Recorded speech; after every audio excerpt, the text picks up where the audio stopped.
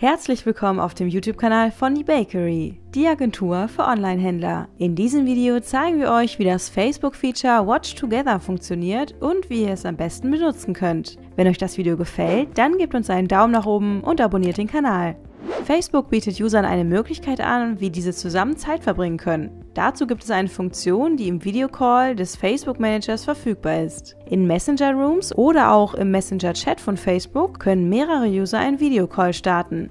Nutzen User diese Funktion, können sie die Funktion Watch Together aktivieren. Dadurch können Facebook-Videos gemeinsam geschaut werden. Während User sich bei einem normalen Videocall nur sehen, gucken diese bei Watch Together gemeinsam im Chat ein Video. Währenddessen kann über das Video geredet oder die Reaktion des anderen beobachtet werden. Dieses Feature ist übrigens bei verschiedenen Streaming-Dienstleistern schon seit Anfang 2020 verfügbar. Auf Disney+, Netflix und Hulu können User ebenfalls gemeinsam per Videochat Serien und Filme schauen.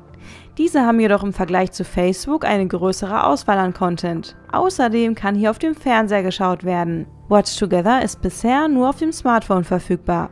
Doch das ist laut Facebook für viele User kein Problem. Das Feature wird weltweit viel genutzt und ist besonders bei jüngeren Usern sehr beliebt. Facebook legt Creatoren und Influencern außerdem nahe, das Feature für ihre Community zu nutzen. Facebook gibt dafür das Beispiel, dass eine Fitness-Influencerin zusammen mit ihren Followern gemeinsam Sport machen kann. Dazu kann sie gemeinsam mit ihren Followern eines ihrer Videos über Watch Together schauen. Um Watch Together zu benutzen, müsst ihr zuerst einen Videocall im Facebook Messenger starten. Durch ein Swipe-Up öffnet sich dann Watch Together. Nachdem ihr das Feature ausgewählt habt, erscheint eine Auswahl von verschiedenen Videos, die nun gemeinsam geschaut werden können. Darunter sind Vorschläge von Facebook, aber man kann auch aus Kategorien wählen oder selbst gedrehte Videos schauen. Alle User können dabei mitentscheiden und es ist nicht möglich, dass nur ein User ein Video für alle auswählt. Außerdem kann jeder User das Video stoppen und auch vor- und zurückspulen. Da Facebook und Instagram ihren Messenger bald verbinden, wird diese Funktion in Zukunft auch auf Instagram nutzbar sein. Was haltet ihr von Watch Together? Schreibt es doch mal in die Kommentare.